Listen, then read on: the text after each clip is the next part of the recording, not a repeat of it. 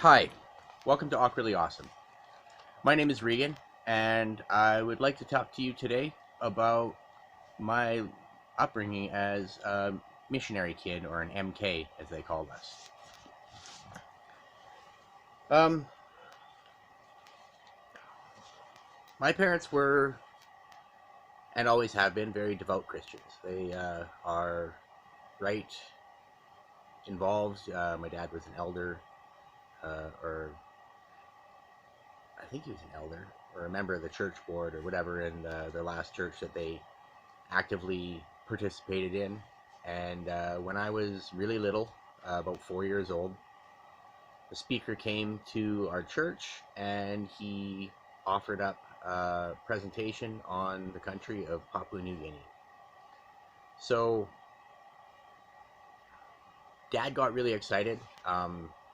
Farming had taken a really bad turn for the worse here where we live, and we had a farm. We had I don't know how many sections or acres of land that we had, but we had a decent little farm here that could support our family. And we'd had, I think, 3 crop failures in a year, or in a row.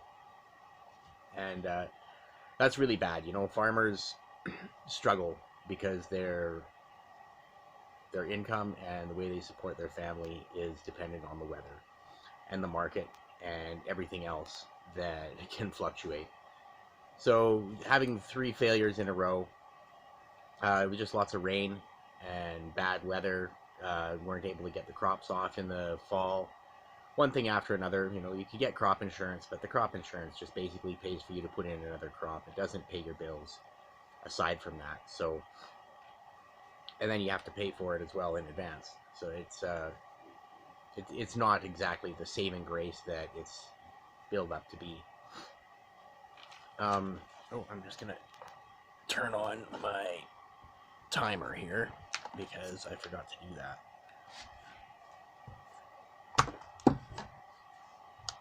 Ox.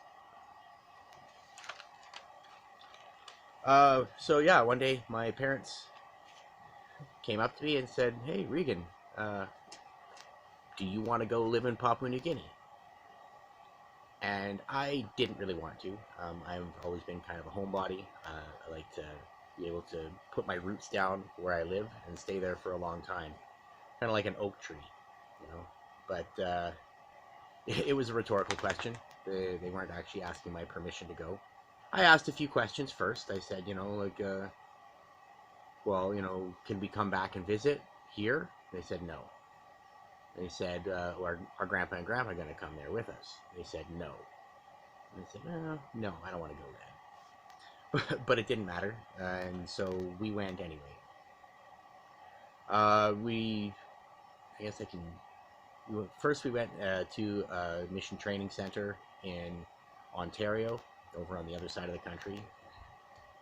We stayed there for a year, learning about how to manage your attitudes, how to work with other people who have different viewpoints and different opinions, how to connect with people from other cultures. That was a really big part of it. I always remember Dad used to tape the class sessions and then bring home the tapes and listen to them again at home so he could go through it at his own speed and take notes and get the information down. And the one thing that came up over and over again, they were studying the Yurok Indians in California, and the teacher would always say, he would talk about, you know, how to build a fire, and then he would say, there was many ways to build a fire, but we would do it the Yurok way, the right way. And apparently they were a very strict culture on how they did things. They had a very set procedure and very culturally tied to that. So that was one of the things that, excuse me, that I always remembered. It was those tapes of Bill talking and the right way, the Yurok way. And I still joke about it to this day. I was just a little child then, but it really made an impression on me. Being an MK, which is what they call us, is like being a military brat, except there's no patriotism or national identity attached to it, and there's far less missionaries. So it's very, very seldom that you run into someone else who was raised as a missionary, where my understanding of being in the military, there's lots of different times when you run into other people whose parents were in the military. There are a lot of good things associated with missionary life, you know, and I'd like to go over those first. There's bad things too, you know. It's not all roses, that's for sure. Um, I guess some of the things here I don't think I put down. No, disease. I lived in a country where there was a lot of malaria, and you could get boils, tropical ulcers.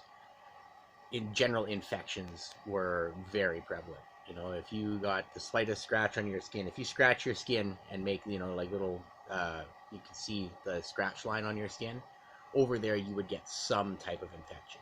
You know, it might just be tiny. It might be like the size of a pinhead, but it would get pussy, and you would have to put something on it in order to maintain proper health.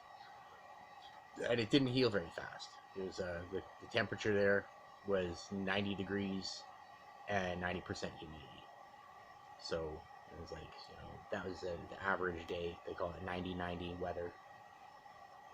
Your average day would be about, you know, in Canada, 29 degrees, and the humidity was 90%. So it's like being in a sweat house or a sweat room, sweat lodge, whatever, all the time. The clothes just stuck to you. I remember walking out of the airplane the first day, and just that feeling, you walk from the air-conditioned interior of the airplane out into the regular world, and it was just like walking through a damp curtain. Suddenly you were just damp all over, and then you started to sweat, and it didn't stop for 4 years, and that's how long I stayed there. There was times where it was cooler, you know. It wasn't so bad at night. In fact, once we got acclimated to it, when the temperature would drop below 80 degrees, oh geez, I guess it would be more than 28. It would be probably closer to 35. But when the temperature would drop below 80 degrees, we would start putting on extra clothes like pants and wrapping up in blankets and stuff, because we got acclimated that well to it. You know, you can get used to anything.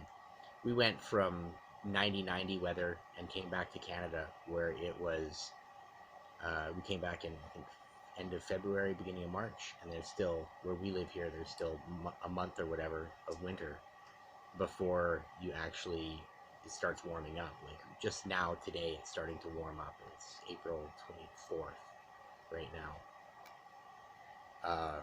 You know, they're starting to see little bits of grass poke up through the stubble, and, you know, out in the fields. There's been a little bit of green before now, but there could be snow tomorrow. You know, this is still a changeable time of year. But yeah, we came from 90-90 weather back to 40% humidity and, you know, minus 25. So it's possible to shift from those acclimations quickly too. I mean, I think within a week or two, my brother and I were playing outside, and we weren't huddled up inside near the heat registers nonstop, which we probably were the first couple days. But some of the good things associated with missionary life is it's a good moral environment. You know, everyone who's there is doing their best to live a morally upright life. They want to, you know, it is, you know, depending on what you consider religious, it's a pretty religious environment. You know, people talk about God all the time and prayer, and that's probably why I talk about it so much now too. It is just a natural part of my life. But it was very common there for people to, you know, offer to pray for you, or I don't know. I guess we didn't have a lot of Bible studies there, but everybody was studying the Bible independently, so it wasn't. Yeah, it was just something that I didn't even think about.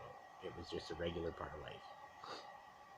Another cool thing about being a missionary is that every missionary is a volunteer, doing what they believe to be the right thing. And so you're surrounded by a lot of really positive people, and people who are living within their passion. And, you know, it's very seldom that you had somebody there who was depressed. I mean, it happened. People got depressed. People get depressed everywhere. But clinical depression. I can't remember the one. I think the one family left because the guy's wife was depressed, and I didn't even understand it. I was like, "What do you mean you're just sad all the time? Just do something that makes you happy, and you'll be happy." Which is this is like from the outlook of a 9 or a 10-year-old, right? I've suffered depression as well, and I understand now that it's not quite so simple as that. But everyone who's there wants to be there. You don't have somebody there who's just there for the paycheck. And so that was actually a pretty uplifting um, environment to be in. People were pretty self-motivated. You didn't have a lot of slackers. You didn't have very many lazy people. Everybody was doing what they had pretty much had wanted to do. So that was a very positive thing. Missionaries do a lot of humanitarian practices.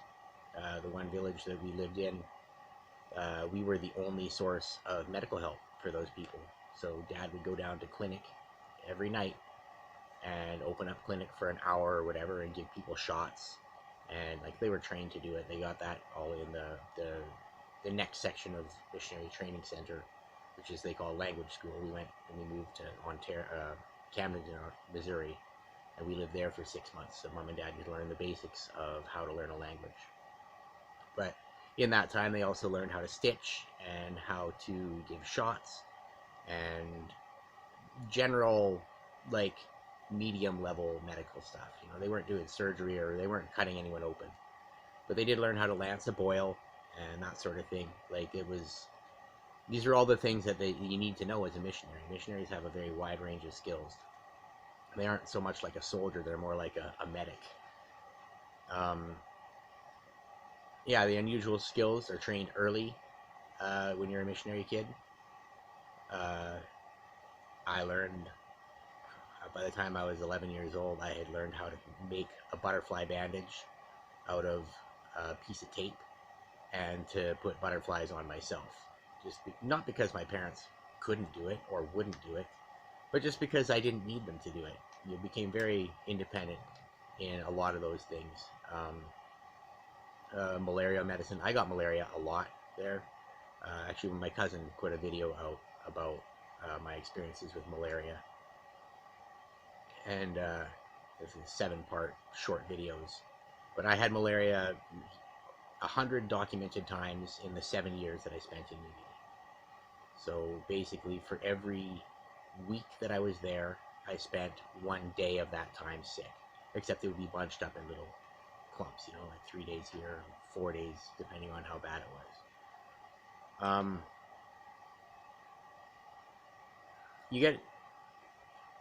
And I would come in if I felt like I was getting sick, just feeling draggy and tired and reduced. I would just come in and I would say, "Mom, I think I have malaria." "Oh, okay. Well, let's take your temperature." Take my temperature. If the temperature was over, I think 99, it'd be like 99.5, 99.7. You had malaria. It was time to take 3 days off. Just hang around, maybe watch some movies, read books. No one really expected anything of you because you got really tired doing it.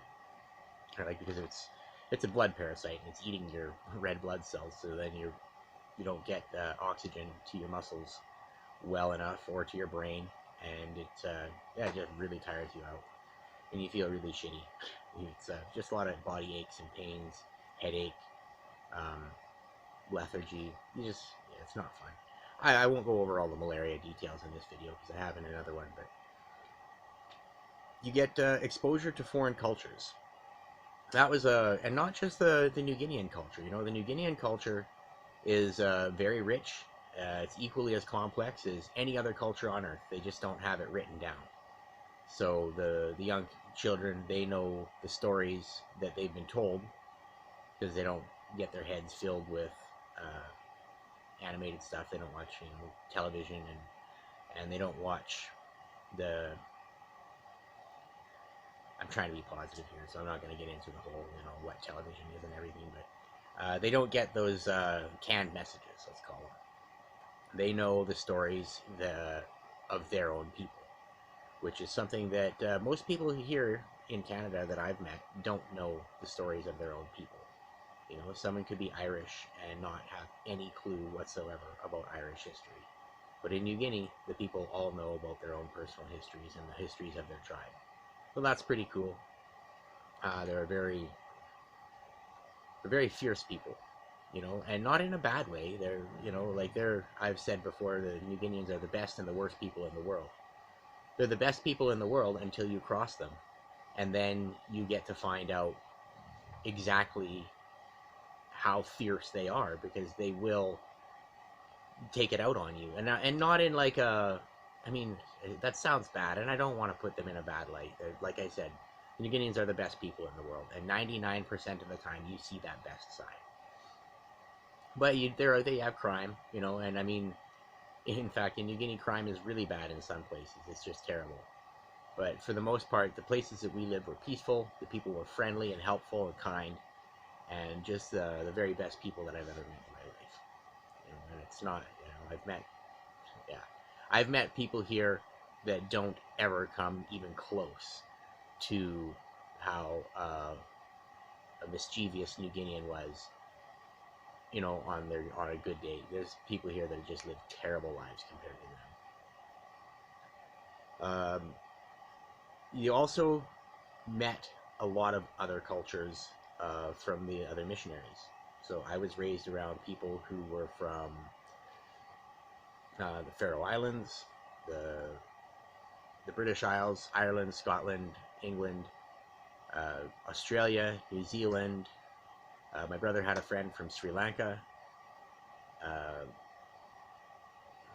Who else? We had our doctor in the one place we lived, Dr. Chris Jones, who I love. And if you ever see this, Dr. Chris, I appreciate everything you ever did for us. You were a shining light and just a wonderful guy. So it's wonderful that we were able to have that time to meet you. And then lots of people from the States as well. That was the other country. I mean, I grew up, there's probably 80% people from the United States. And so, I mean, I love people from the States. In Canada, people have kind of a sour attitude because it's like, you know, picking on your neighbor. But I love Americans. They're great people, and I really appreciate them and everything that they've done. So we learned a lot of different history, you know, because they had to kind of give us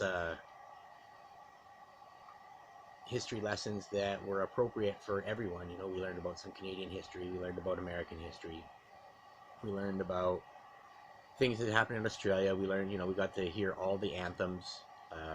You know, it wasn't super in depth, but it was more than most people in North America anyway get. Oh, we also had a lot of people from Europe. We met, you know, there was German people. There was some girls from a neighboring mission came to the school that was at our mission center, and they were from Germany. And then there was a family from the Netherlands as well. So, and I'm sure there were others, you know, like there was a lot of people there, and we got to meet pretty much all of them. I knew everybody on our mission center. I think there was 60 or 80 people who lived there.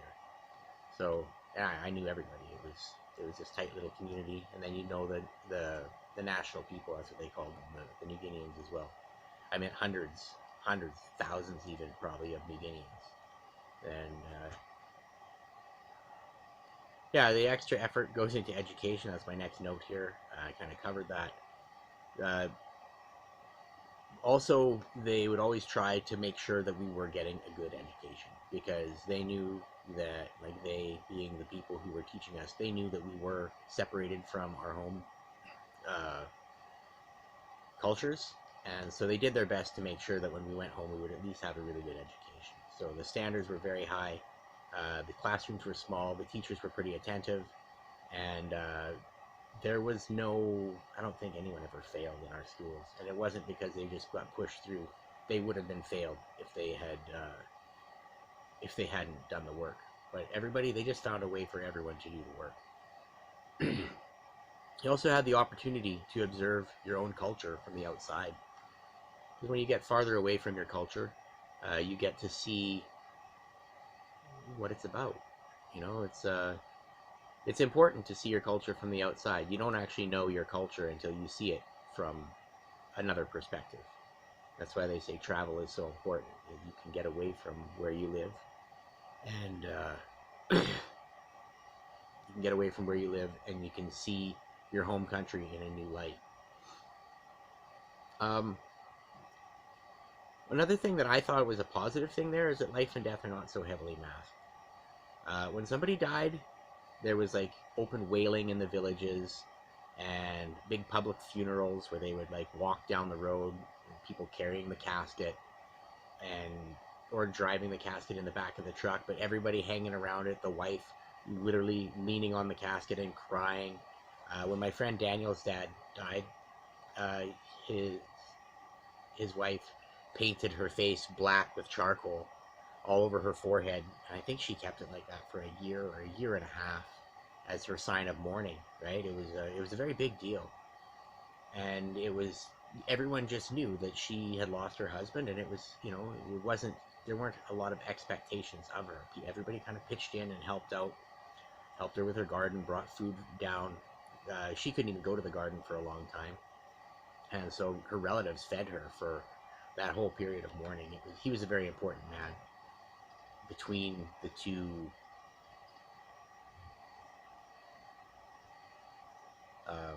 tribes. There was like little communal tribes there that were they were linked by family, and his wife was a very important woman as well, Francesca, and their kids were great. They were some of my best friends there where I lived. But you would hear suddenly you would hear wailing in the village, and you would know that someone had died. So the next thing you would ask, when the next person who came by, who died? Oh, so and so. His wife found out that he was cheating. So and so's wife died. She found out that her husband was cheating on her, and she went and committed suicide. And that was a regular thing. Like there was probably, well, we experienced it a fair amount. That it happened, and the women. It was a patriarchal society in the tribe where we lived, and they weren't all like that. New Guinea is a patchwork country of various beliefs and practices all over the place, and it's one of the most interesting places in the world. But yeah, where we lived, it was patriarchal, and the women didn't have any recourse, so they would commit suicide when life seemed hopeless for them, because they didn't have any mental health facilities to take care of those types of things for them. And then there would be a funeral, and there would be orphans, and it was just a part of life. Physical infirmities as well were, kind of laughed about, and nobody ever made somebody feel bad about not being physically whole.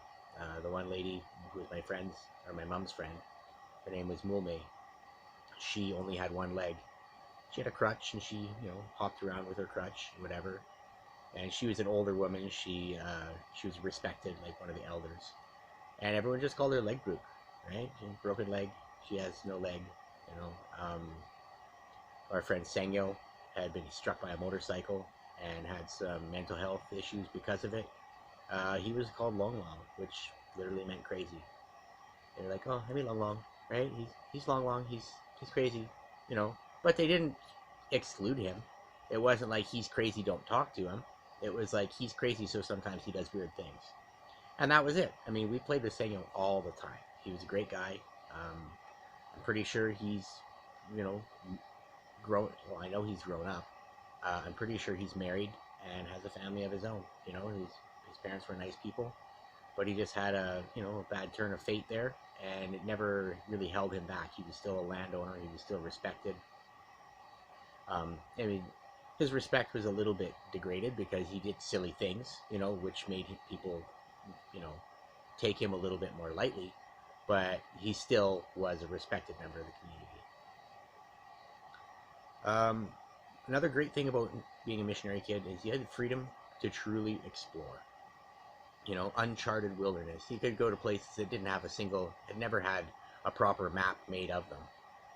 And you could walk through jungle trails and walked through rivers that maybe no white man had ever walked through in the entire existence of the planet. Um, yeah, it was different. It was a completely different experience that way.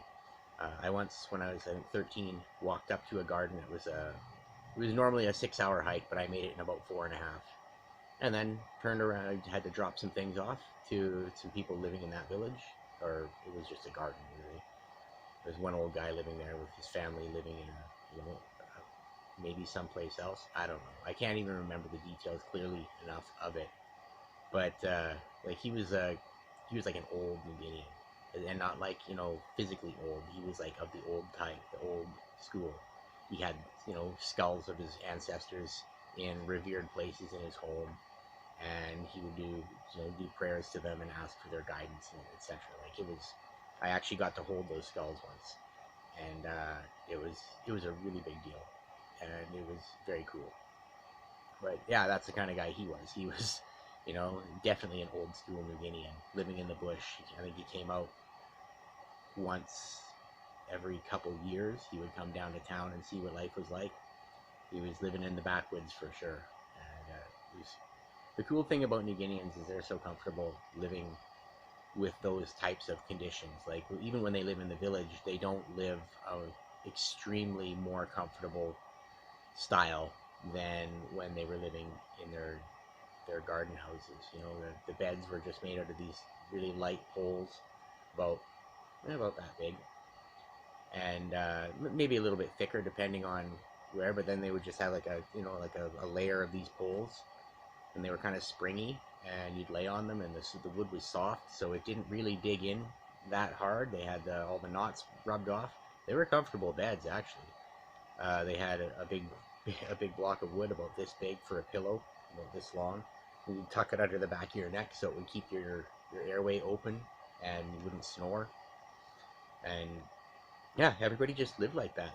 I'm not saying that they live like that now. The stories I'm telling are all like 20 years old. It's when I was younger. That's when I lived there. But it was that's how everybody kind of lived. That there was, not to say that they didn't have pillows. Some people had pillows. Some people would have a blanket. But for the most part, they just would have a fire going in the house to keep you warm. You lay down on a bed, just have a nap, go to sleep, whatever. It's a much more organic way of living. Primitive life skills, very normalized there. I've seen a guy pull a pole off of a bed, chop a chunk off of it about this long, whittle it down into a little dowel like this, take the rest of that pole and flatten a section of it, and then take and just rub that little stick that he had carved on a groove in the other one until he made fire. And in a 90% humidity environment, that's really hard. It doesn't just happen easily. But he did it, and then when we saw that how he had done it, then we went home and we tried to do it, but we didn't use the same wood, and all we got was a lot of smoke. I imagine if we would have stuck with it, we were children, so we would just work at it, for however long our attention span lasted. But we would, we probably could have gotten fire. There was a lot of smoke. Another thing that we used a lot was machetes. Everybody had a machete. In New Guinea, it's unusual to not have a machete. People carry them around all the time. And I had a machete. I was given one, I think, when I was 11 years old. 22-inch machete. Oh no, I had one earlier than that. I had one when I was about 9, maybe 10. I got the little 1-foot machete, which is really useful. It's a great knife. And then when I got older, I think I was about 11. And Dad got me a 21.5-inch Tramontina machete, and I still have it today, somewhere here. I think maybe my brother took it. It might be at his house. But I gave it to my dad because I got a new one. I found the exact same model of machete here, so I bought a brand new one, and I gave the one to Dad. I think my brother took it, thinking that Dad was abusing it or whatever, and I don't know. He said something about that, but he's like, Dad wasn't using your machete right. I said, well, he can. I said, it's his machete. I gave it to him. Oh. But I don't think it ever came back. I don't see it around here anymore. Dad has one that Grandma got at a garage sale now.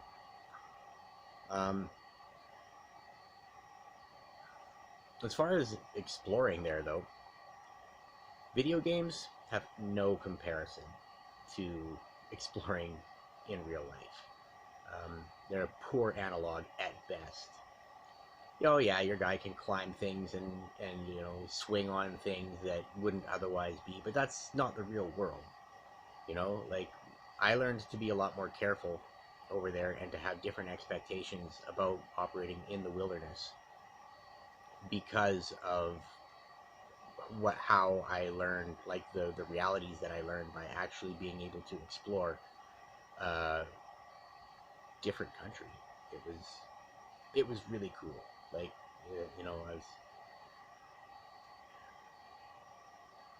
we would go and cut down big chunks of bamboo in the forest and bring them home and knock out all the dividers in the inside except for the back one, and then cut a hole at the back and pour kerosene in it, and you light that on fire and get it warm, and then you blow out the fire that's burning out of this bamboo pipe, and you blow the vapor up through there, and then you light it, and it made this big booming noise. So we would do that a couple times a year. The people always did it at New Year's. That was like their New Year's fireworks and noisemakers.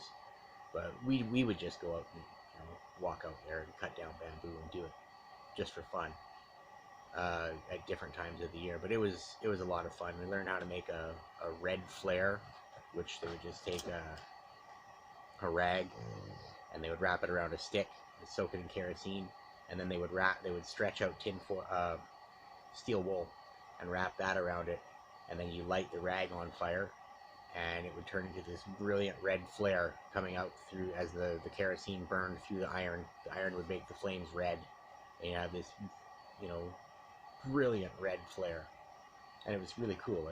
Those were by far. It was like the sparklers that children have at birthday parties or whatever, or those Fourth of July sparklers. It was like that, except it burned for way longer, and it was way brighter. It was far cooler. We also had foreign language immersion. That's another thing that was, one of the explorations. You could explore the mind. For 7 years, I spoke 80% Pidgin English, which is just their trade language.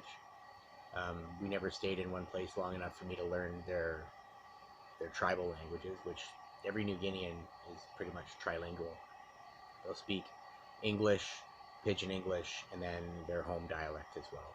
So they're actually very intelligent people. Like I just said earlier, they just don't have their knowledge written down, and they do now.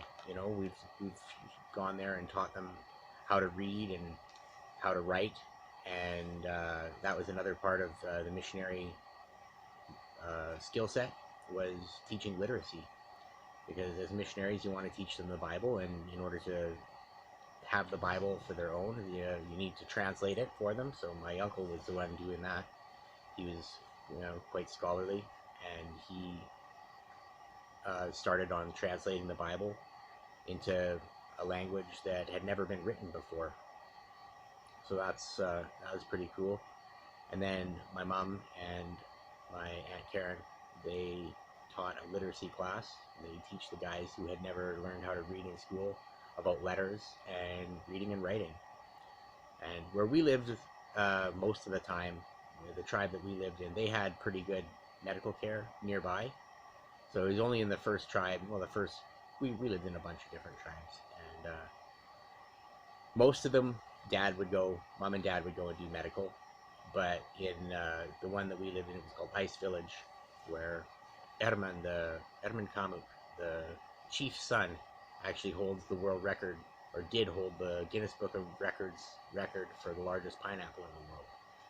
I actually measured it for him, and Mom sent in the notification to the Guinness Book, and he held that record for 20 years, from 94 to 2014. So that was very cool.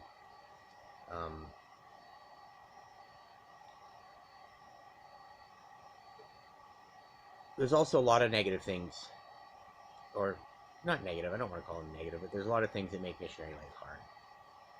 There's isolation.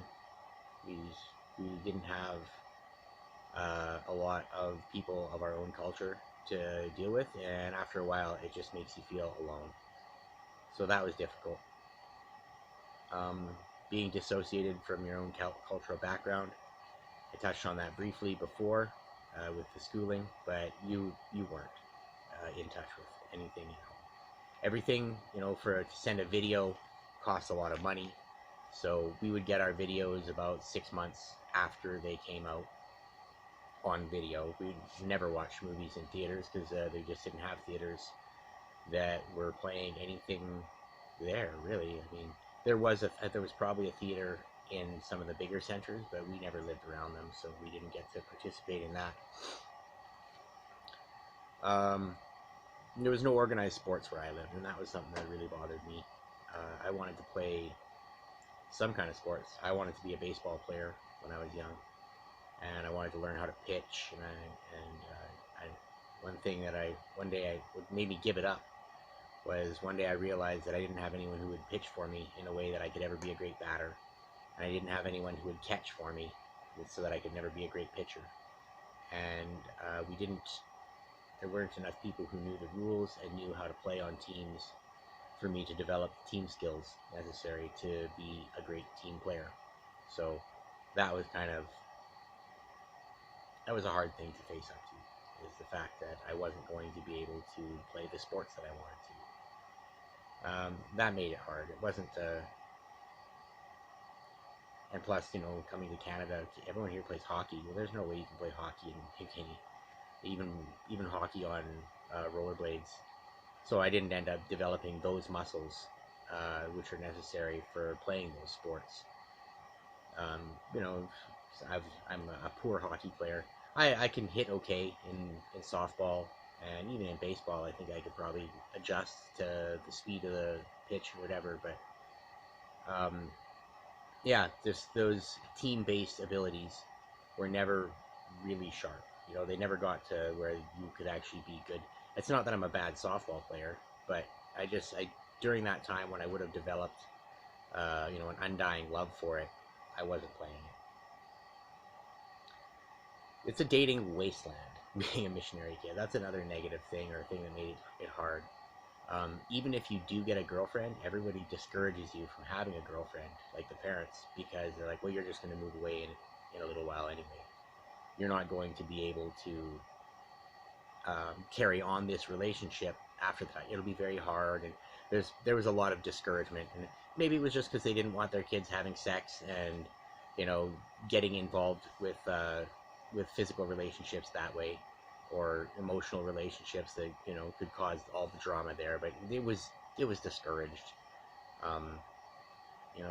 Usually when two people started dating, they would be like 18. That was when dating kind of started, because those people were on the verge of going back to quote unquote the real world, and they were going to be starting their lives in as adults. And so that was kind of the point where dating was allowed, but it was still pretty seriously supervised, because a child out of wedlock in a religious community like that would have been seen as a big no-no. The methods of entertainment were pretty repetitive. We watched the same movies over and over. Like we had a limited number of videos, and we didn't just go and watch movies. It was you had to pay for we did have like movie rentals, and we would go, and like one family had a lot of movies, and they would rent them to everybody else. And so I can't remember what it cost. It didn't cost that much. It was very reasonable, but it was also a pretty limited stock. Like when I came here, you could go into an entire store that was like stacked with hundreds, thousands even, of different movies. Over there was like one wall with like a library shelf on it, and it was videos, and that was what we had to watch. So it was just entertainment like that was not common.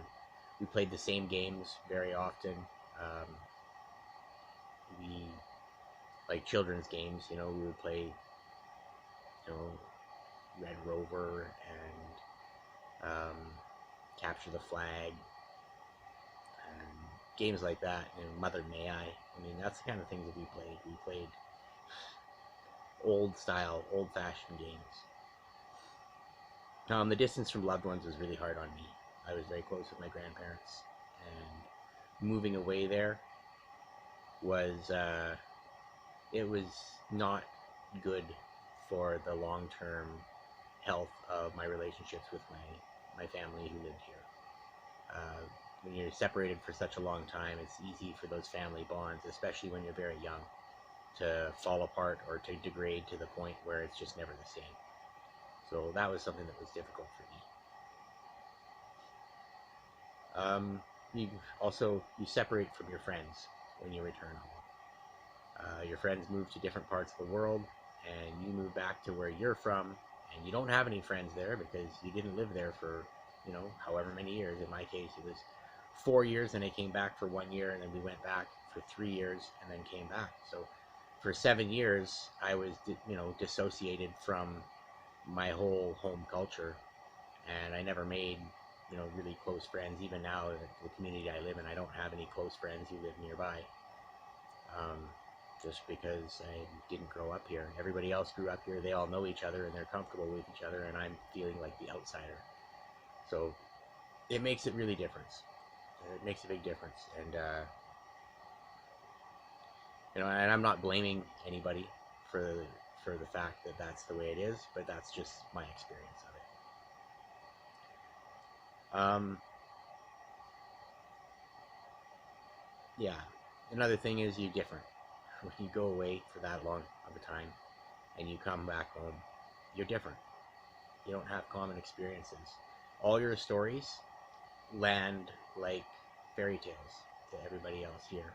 And the stories that they're very in tune with and very interested in seem, I don't want to say anything negative about it, but they seem cheap. They seem bought. Let's put it that way. They seem like bought experiences rather than lived experiences.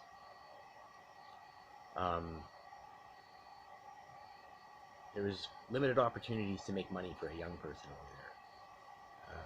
I remember the one time the dorm parent, he was a guy who took care of people's children who came from the different tribes. Like the different missionary children would come to the missionary school, but they didn't all live there. Some of them, you know, their parents were working as missionaries, so they would send their children out to live at the school with another family. And he wanted us to sand down the plywood walls of all the bedrooms and repaint them and the ceiling.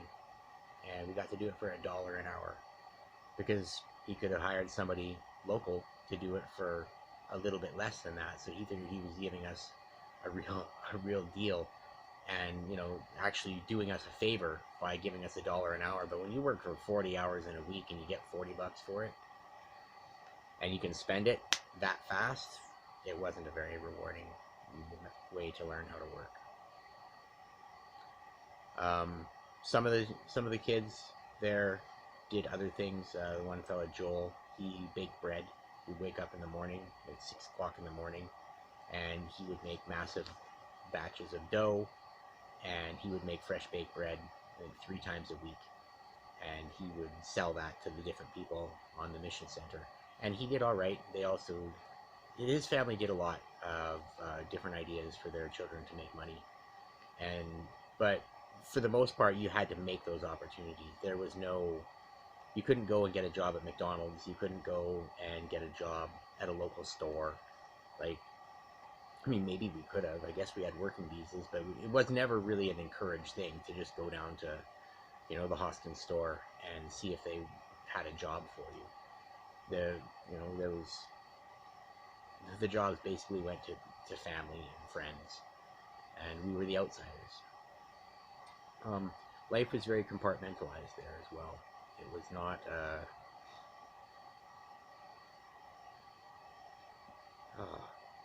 it wasn't a really open life. You know, like we lived on our mission center, and we would go to town, but we were always other.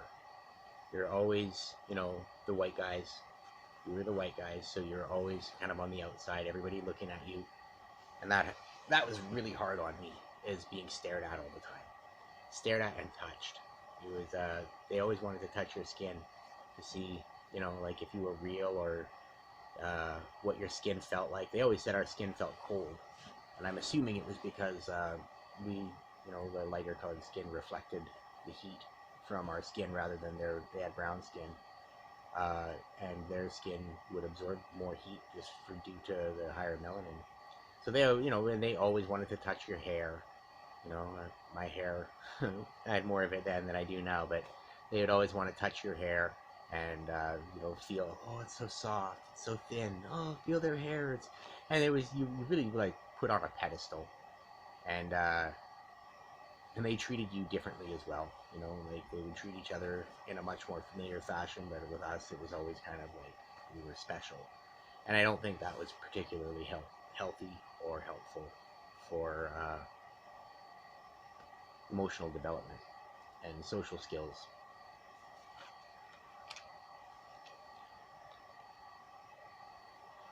You did have to be pretty aggressive in the stores to buy stuff, which isn't really a negative thing, but you know, like you would have to press yourself right up to the counter.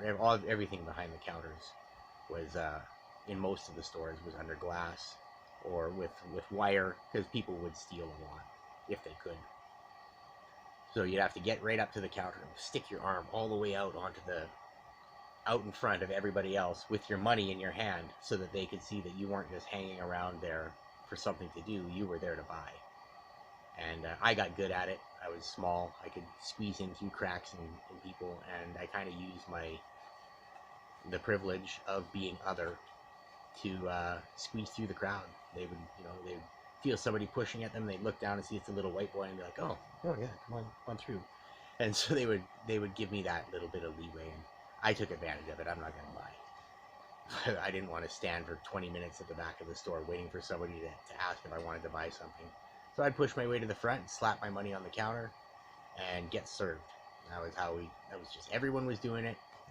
It wasn't like I was behaving differently because I was white, but just because I was not from there. If I was Chinese or if I was Indian, whatever, they would have done the same thing. They wouldn't have treated you any different. It was just because you weren't local that they would give you that extra little bit of courtesy. Trying to think if there's anything else here. I mean, I know there is. I could sit here and I could probably talk for another hour about it, but I guess I'll just close it out with this, what I wrote here. In spite of the difficulties, it was a pretty cool experience. Living overseas opens your eyes to things that people here take for granted on a regular basis. I'm not sure if I would make that choice for my family if I had one, but I would definitely want to share those experiences with people that I care about. It was a good experience. It was. Just today, my dad said, "Well, I remember you saying you didn't want to be there. You wish you'd never gone, or whatever else." And those were true statements. I did say those things when I was younger, and I had those sentiments growing up because of the difficulties that I was facing in being other when I came home. I've spent most of my life being other. You know, I was other when I was there. When I came home, it was just expected I was going to fit in, but I didn't have the common experience that was, you know, what would make somebody fit in here. And so I didn't, and it was difficult for me in school. Life as an MK made me the awkwardly awesome guy that I am today. And I just hope everybody else who's watching this has an awkwardly awesome day. And remember, God loves you, and so do I.